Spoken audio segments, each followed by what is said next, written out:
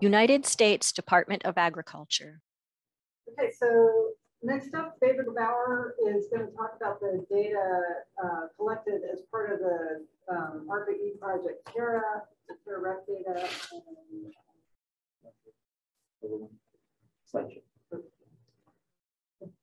All right, it should be all queued up, David. Okay, thank you.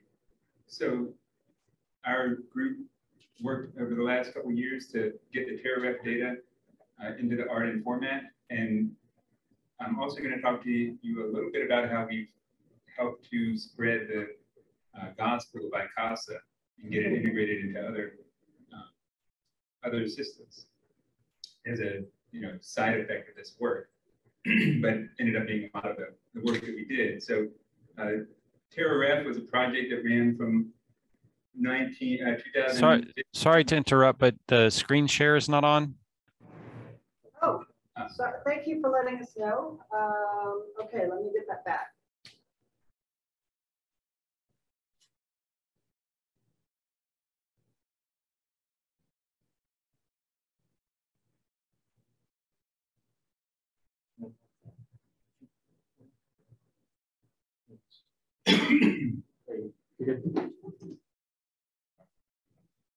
So there's the title slide, and TERRA REF was a project that ran from 2015 to 2019, and the goal was for ARPA-E to make a major investment to advance the science and engineering in high throughput phenotyping. And so we put this enormous machine out in a field in Maricopa, Arizona. Just for some scale, that green box is the size of a shipping container. I mean, it's exactly a shipping container. And the white box with all the sensors in it is about the size of a cargo van. So this enormous machine ran up and down the field, sometimes multiple times a day, taking, collecting sensor data. Our target was 1 millimeter resolution. Some were higher and some were lower resolution than that, but that was the target. So it's very high resolution data. And then from that, we extracted a phenotype, so plot level traits of the plants. We also have a lot of genomics data associated with all of the sorghum accessions that were planted in the field. There were about 850 plots in the field. And in addition to the automated phenotyping, we also collected a lot of validation data, like plot level plant traits. Okay, so, and a key feature of this data set is its public domain. That's one of the main motivations for this, was that if ARPA-E was going to make an investment, they should invest, but like buy some, the best stuff that they could buy and make it available as widely as possible. So these are some pictures from some of the different sensors showing the RGB, the 3D scanner, the thermal, I forgot to list on the last page, and hyperspectral data. And from that, so some of the automated traits that we've extracted include canopy cover and canopy height. There's about 50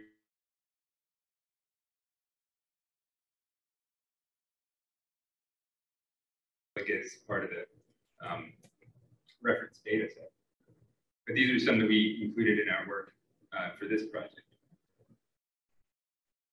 So the plan, I apologize, I think I got some of the animations off of this, but I'll try and get through that. So the plan here was to take the TERRA REF data, which we used, BettyDB is a relational database. We stored the trait data in and a lot of the agronomic metadata and put it into the ACE format. So convert it into the ACE format, make it, publish it on the Ag Data Commons, and make it available for crop models. That's the common theme here in this project. But one of the things that we wanted to do as part of the TERRA REF project, just to make sure that the data was as useful as possible, was to adopt standards. So one of the standards that we adopted was the Breeders API. And we had already begun exposing our data through the Breeders API. And this project was an opportunity to take the data from the Breeders API rather than from our bespoke format, take it from the Breeders API and put it into the ACE format.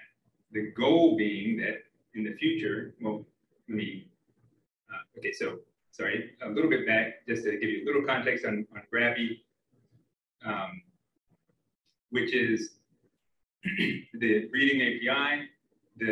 The key parts about this are that it's, it's focused on reading, and the idea is to make databases interoperable. It's been very successful. It's been adopted by probably dozens of different, I shouldn't say dozens, in this 2019 it had been adopted by dozens of different data providers. And another key part of it is that it's a community-driven standard. So anybody can use it. All it is a definition of how data is exchanged. It doesn't matter how you store your data. If you can convert it into the GRAPI format, then you can share it. The community-driven part is a key part of it.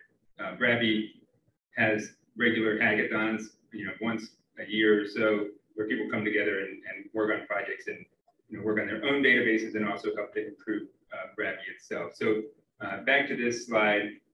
Okay, so the goal is that the ideal, the aspiration is that once we can get this pipeline working, then other GRAPI providers who provide enough information could also use this. And so then, ideally, anybody who's providing data through GRAPI, in the GRAPI format, could process their data into formats ready for crop models. And then, this extends, so we just heard Brian talk about, for example, his data in the Kellogg Biological Station that's annotated with the ecological metadata language. Once that pipeline's in, and other EML data could also be, incorporated. So I think, one of the things that we've discovered is that the plan and the aspiration, they're still far apart, but we have made a lot of progress toward this end. Okay, so some of the key outcomes of our project, the stated project goals. I mean, the key one was to publish our data on the Ag Data Commons and translate it into the ACE format. And an important thing that we've done is, not just put into the ACE format, but we've started trying to get our data to run with DSSAT. And there's a number of reasons why that has been a useful exercise. We haven't finished that. We haven't gotten DSSAT to run successfully, but we have gotten it to run. But the process has really been very iterative. And so trying to go through the entire pipeline has really helped us not only to figure out what additional data we need, but also to kind of constrain the scope of our work to, making sure that we're focused on the information that's required to run DSSAT, or a crop model in general, DSSAT being one that our collaborators on this project are particularly familiar with. And then alongside this, we did a lot of supporting work. So GRAPI, as it was built for breeding, didn't have a lot of support for the kind of the time series and geospatial information or the agronomic management data that is necessary for crop models. It happens that, as breeders start to do more high throughput phenotyping, start to use models more, and start to think about their data not as, a static feature, a static phenotype of their plot, but as a, growing organism with time and space, et cetera. A lot of the information that we're adding to GRAPI is going to be useful to breeders, as well as agronomists and crop modelers. But we had a working group so that as we were working on this project, figuring out what our needs were, we were actually developing new features in GRAPI to support this work. We've also, along the way, helped to promote wider adoption of the ICASA vocabulary, including in the PCAN project and Field Observatory.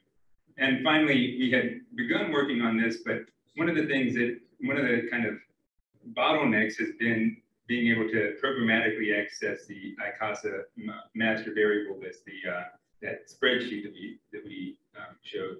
And so this was more, incorporated into a lot of the work was done with the TERRA REF project, but we never actually published it. So we just published, published, meaning making accessible online, ICASA as an ontology. It's really alpha, not ready for production, but it's something that I'd be interested in talking with folks here at the National Ag Library about their interest in helping with this. So, here it is on the Ag Data Commons. We still have to put up our sidecar 2 files and other derivative files. We also took the approach of, taking, our data is in a BRAPI format, so it's been transformed. It's not provided in a BRAPI format in the original database or in the original open, public domain TERRA REF data set, but we still just, pointed back to the DOI. So Dryad hosts the DOI and the data, which is rather large. It's hosted at the National Center for Supercomputing Applications, the physical, not physical, but the actual data, and Dryad. So this points to Dryad, where it has a DOI, and Dryad points to where the data actually is. And so, so second, so running DSAT with TERRA REF data, put the asterisk there because we don't actually have some have results yet, but it has been a key mechanism for feedback. Is it useful? And what are we missing? So what information are we missing that we could use for that's required to run the model? And then, for those of you who were here yesterday, there's different levels of data that's needed. One is to run the model, another is to calibrate and validate the model. So ideally, we get further down. So ICASA, as we've talked about a few times today, the same thing that Lori showed, but currently it's, we go to Google Sheets to get the information. And when I've been talking with other groups, with PCAN and with the field observatory groups, as well, and BRAPI in particular, they want to be able to programmatically access the, this information, in particular, using something like JSON link data, so that when they refer to a term, it can be referenced against a source. So the major work that we did with BRAPI in the agronomy working group, so we meet about every other week, and we've discussed it. We discuss how we're going to encode, the agronomic management. And TERRA REF has been the primary, this project has been the primary driver or the primary use case for this extension of BRAPI, allowing it to support agronomy crop modeling. And we have a new events endpoint. So this is basically what it looks like. It doesn't include everything comprehensively, but this is where we have adopted the ICASA vocabulary. So even though it's a new data schema or structure, it's not the same as the AgNIP data schema. At least using the common vocabulary is a good first start. It's a good start. So at least we know what it means, even if we have to still do some data gymnastics to get it into a format, into the ARDN format. So a few other examples of where ICASA has been adopted is that, in the PCAN project, which is a project I've worked on for over 10 years, and it's being used by the field observatory. It's more focused on ecosystem modeling with agriculture as one type of ecosystem, but it's really looking at carbon balance, etc. So really motivated by this group in Finland who created the field observatory, we needed to officially adopt a way of encoding agronomic data that is going to go into models. In the past, I've been working with a couple of different crop models, and we've just, we've kind of bypassed this workflow. We just give it the data that it needs, but now we're moving toward adopting ICASA as a standard vocabulary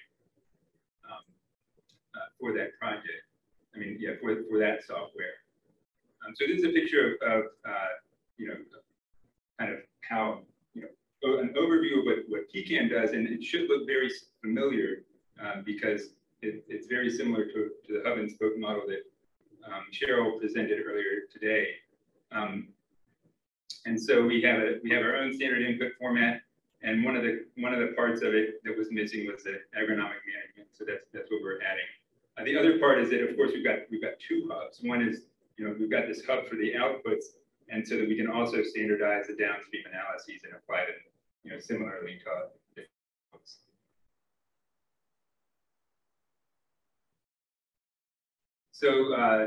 So ICASA has been published as an ontology. This is really mostly the work of Craig Willis, who had been on the TERRA REF project, with the goal being to be able to reference it using JSON LD. I put down here because can't remember who was talking about the NAL thesaurus. I'm curious about how if ICASA can be in there. I searched around, didn't see it. It seems like a good place to have it. We just have it hosted currently on GitHub. So in conclusion, some of what we learned. So one, the biggest thing is that harmonization and interoperability are much more difficult than expected. I mean, the difference between what I had envisioned before, even though I've done a lot of harmonization in the past, what I imagined was that, okay, now we've got some standards and we can just apply them. I think that, the application of standards is a challenge. And so there was a lot of time that we spent sitting down, discussing, step by step. Okay, this is a planting event. This is a fertilizer event. How do we code that? And so that definitely won't scale very well, right? It's with the Gravy events endpoint.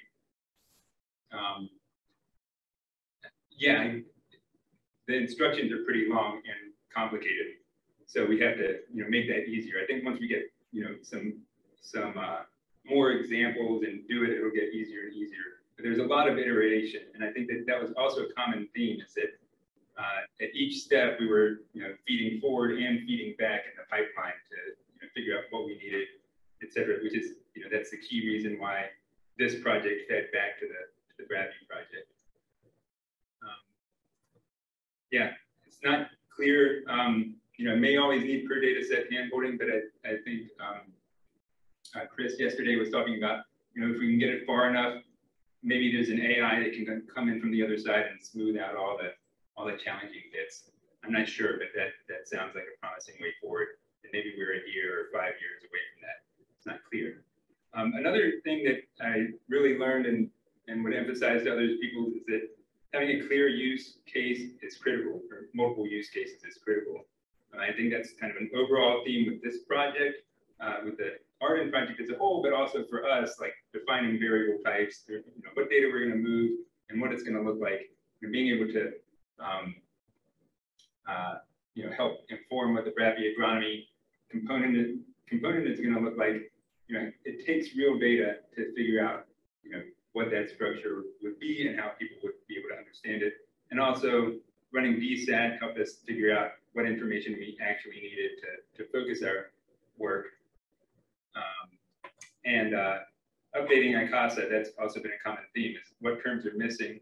Another thing I think we should really get toward is how we can streamline that process. Right now, it's an emailing process or slacking or just saying, Cheryl, can you put this there? And then also, even though, I pointed out ICASA is being used more broadly, so we're not sharing, there's not one, data structure or metadata format that's going to solve everybody's problem, but I think that sharing vocabularies is a huge step forward, and narrowing down the amount of work that's required for interoperability. Because it facilitates subsequent harmonization and common understanding of what things mean. And sometimes, standardization is too much. Data providers may bristle at the fact that they have to now take their data into this new format. They have to make it look exactly right. So that's challenging, and sometimes people aren't as enthusiastic about it as some of us are. But I think by contrast, having a vocabulary, a common vocabulary provides a lot of things. People are like, okay, oh yeah, it's easy enough to adopt a vocabulary, otherwise I was going to have to make up a bunch of names myself. And in addition, even though ICASA doesn't cover everything and we had to keep on adding terms, it does do a fantastic job of kind of enumerating a lot of what we need to start with. I think that's why the PCAN project and the Finnish Meteorological Institute were so ready to adopt it, is because when they started building out their infrastructure, they're like, okay, here's my list of different ways that you can tell the field, and here's my list of different chemicals or different fertilizer types, instead of having to like think through it or find some other database. And that's my final slide. I have some references, but mostly I wanted to thank everybody on the project, and in particular, Cheryl, you've done a fantastic job of managing us and shepherding us and teaching us all about what we need to know. All right, thanks, David. Are there any questions for David? We have Roger. Go ahead, Roger. Yes. So I'm also very interested in programmably accessible ICASA master variable list. So where is it? is something being done in that regard? I know last month I kind of heard Chris talking in the background about there needs to be a better way of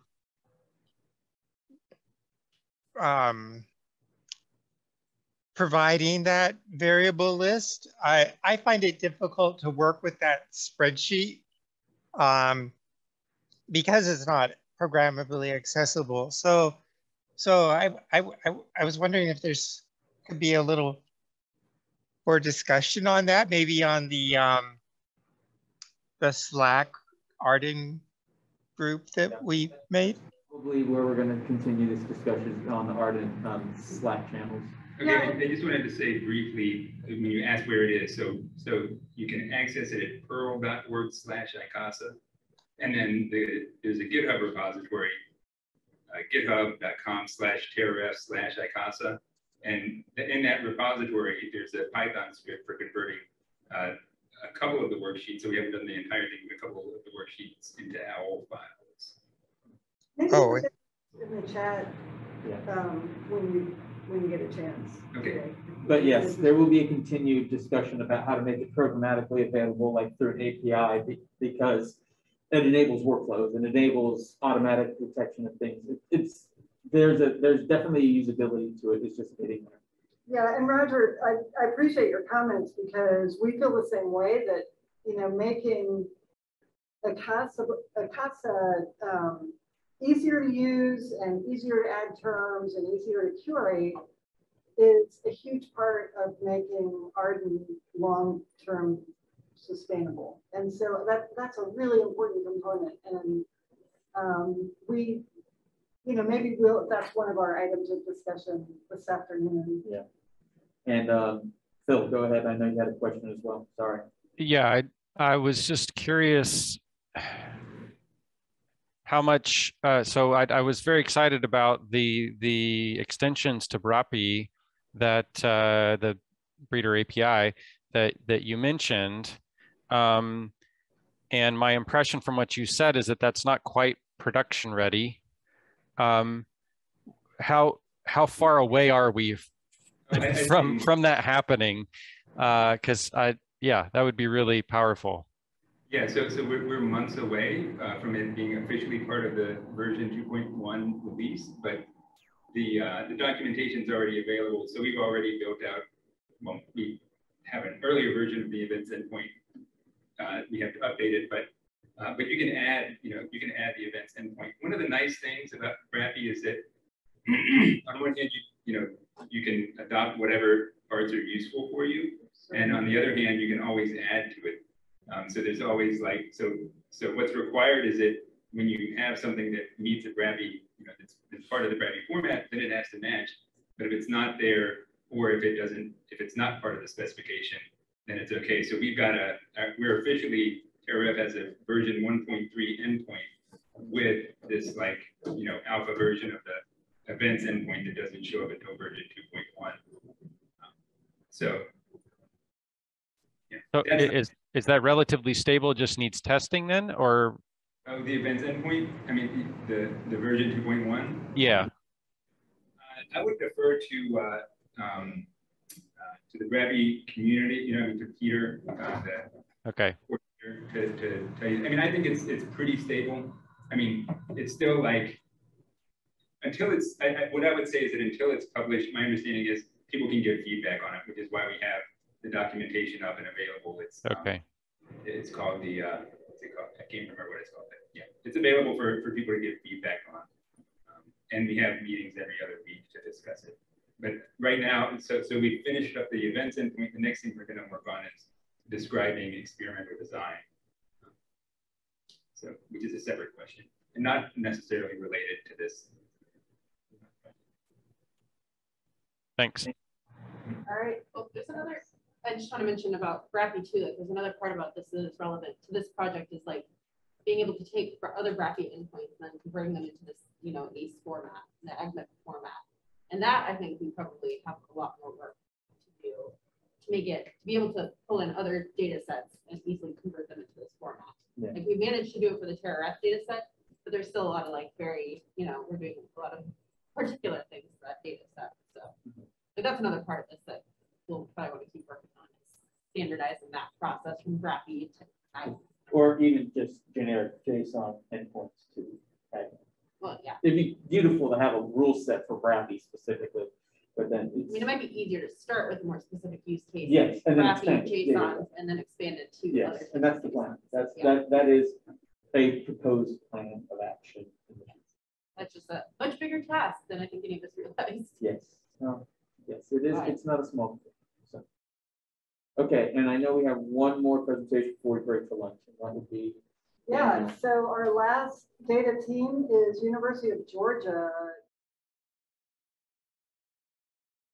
USDA is an equal opportunity provider, employer, and lender.